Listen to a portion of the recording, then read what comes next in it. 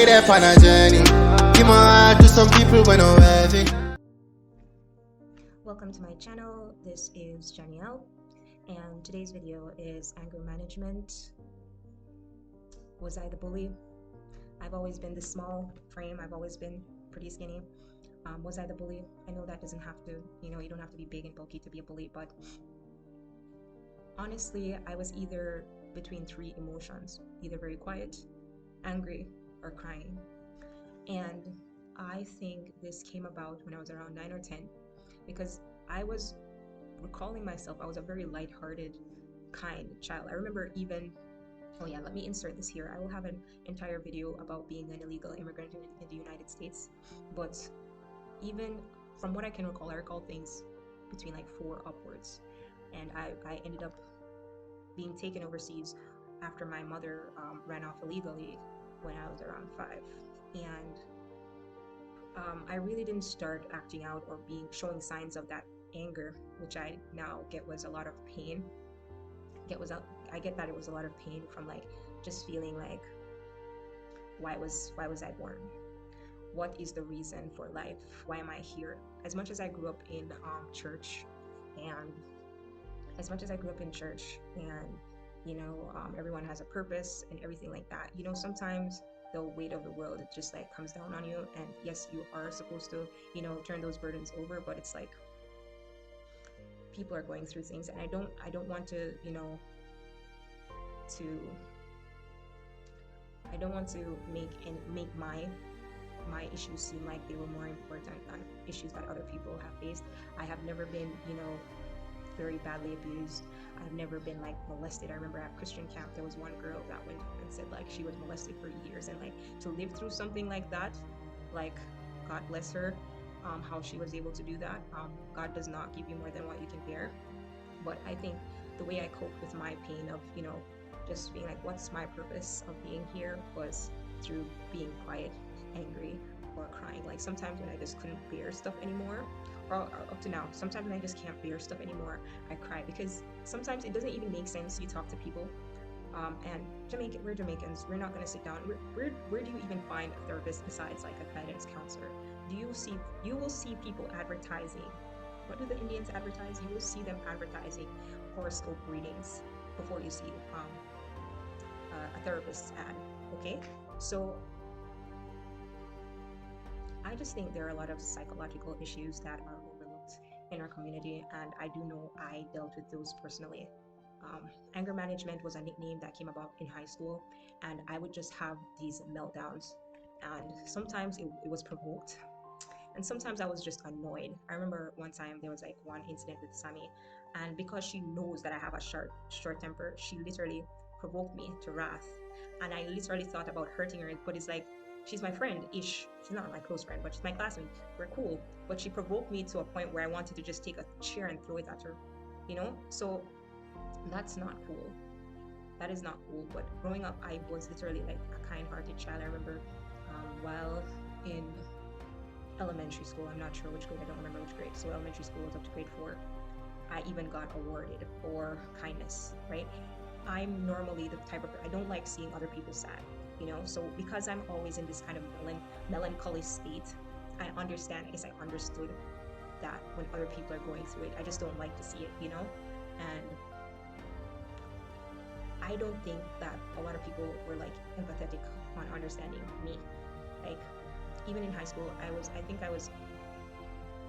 kind as well. If I wasn't kind, and it's just my nature.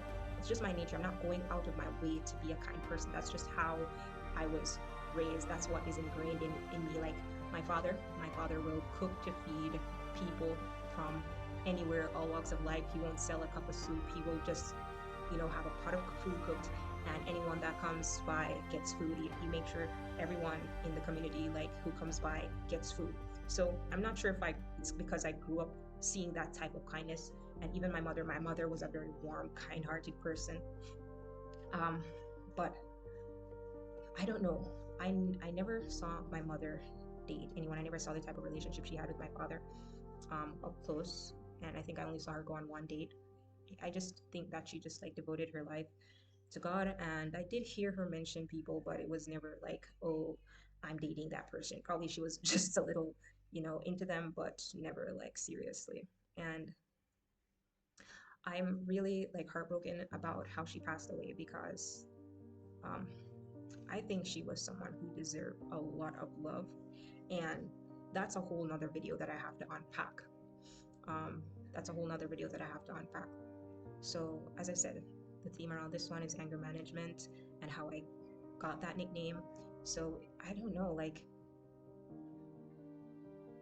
I was alone a lot as a child, and I think I became responsible for myself at a very young age. Like, and I understood the world at a very young age. Like, even when when my mother had to work sometimes, and we used to live with her sisters in their basement, either one of their basements. So she didn't have the best relationship with them, and when she wasn't on the greatest, when she wasn't on the greatest terms with one, we were at the other one's house, and I don't know, I don't know what exactly triggered that, but then by the time I was 9 or 10, changing schools, a lot was happening. She just never stabilized herself to be able to stand on her own 2 feet, and she didn't have like a good support system either. She didn't have a strong support system either. And then I ended up she did ask me if she asked me, and that's one thing I will never forget. Like, my mother asked me what I would choose when I was around 10, 11. She asked me if I wanted to go into the US foster system, to try and get adopted, or if I wanted to return to Jamaica with my family, like my dad and his children. So I heard horror stories about the U.S. foster system. My favorite movie as a child was Annie, Orphan Annie, and Matilda. There was no way I was going to take a chance with the U.S. foster system unless she had, paid a close eye to it. But again, I was a fully grown child. I was 9, 10 years old, and my mother had to be, I think maybe 10, 11. No, I was 9, 10 when she was considering that, because I didn't turn 11 until I returned to Jamaica. And I said, why do that when I have family in Jamaica, mom? So I ended up returning to Jamaica. I was not forcefully deported back to Jamaica. Yes, I chose to return to Jamaica, and that was a decision that my mom had to make due to the financial situation she was in over there. I do know that when she ended up, fleeing the country and not returning, she did try to get her paperwork straight, but it just, I don't know. In Jamaica, when you get certain connections, sometimes they're not legit. Bandulo, we call it bandulo. Okay, and I guess she got a bad connection, and she paid money for legit documents, and when she was doing some business, when she was conducting some business, they identified that she wasn't in the system. So she wasn't able to get herself straightened out until much later, until like 2014, one of those years when Obama was in power. I think she got a lawyer. She was on his campaign. So yeah, it wasn't until many years later, and that was from like 2000, 2001, where she left the country. So I think my anger stems from a lot of places, and I think it's also because I internalize a lot of things. I just don't trust people, and when I do trust people, or give people the benefit of the doubt, I don't know what it is. Like, I have no luck. I have no luck with that, and usually my intuition is right. Usually my intuition is right, and I give them the benefit of the doubt, and they just prove me right. They prove me right, and it's like, that's why I isolate myself 9 out of 10 times, because I really can't deal with it. I really can't deal with like disappointment. It just makes me angry.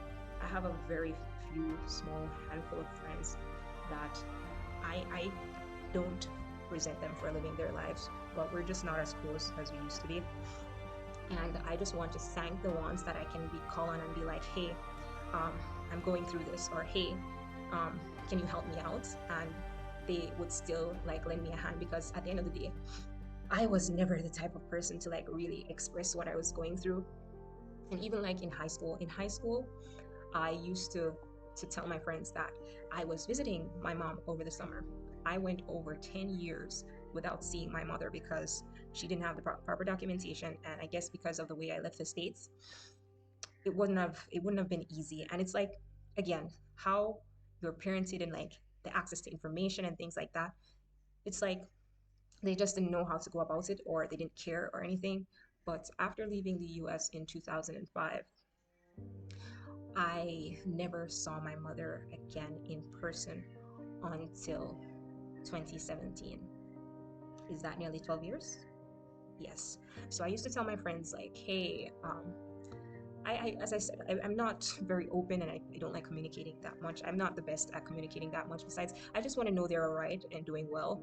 And once they're good and they're not ill, I'm here. I'm here. I'm always open to talking. It's just that I'm not going to go out of the way all the time. When they come across my mind, I might just reach out to them and say, hey, you good? And that's all I want to know. Like, everyone is grown, and everyone's adults. Everyone's adults, and you can't stop people from living their life, because you're going through your own thing. We all have to figure it out. And yeah, just like I had to figure it out and they had to figure it out, you just have to let people live their lives. So I don't resent any of my friends. Like, the people I'm calling friends are like people that I've known from childhood or high school. I don't know many people in my adult life. Okay, there are a few ex-coworkers that I call friend, but there are a few ex-coworkers that I used to call friends that were really leeches, because I realized, like, when they could call on me to do this for them or do that for them, and I was there for them, let me try and call them now.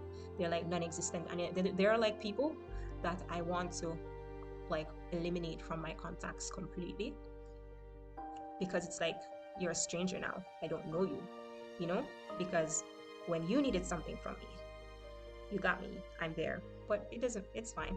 It's fine. They've already removed themselves from the situation, but there are very few people that I call friends, and there are very few people that I can talk to. Family, it's like, I would expect my family to understand all of what I've gone through, but a lot of them, some of them just think that I'm trying to be sorry. I want people to be sorry for me and things like that. But if you think about my situation, like, I'm the only one that did not grow up with their mother. If you think about it, like, I'm the only one out of my siblings, like family, that did not grow up with their mother. Like, over 10 years, do you not expect me to have some kind of psychological damage? And then it's like,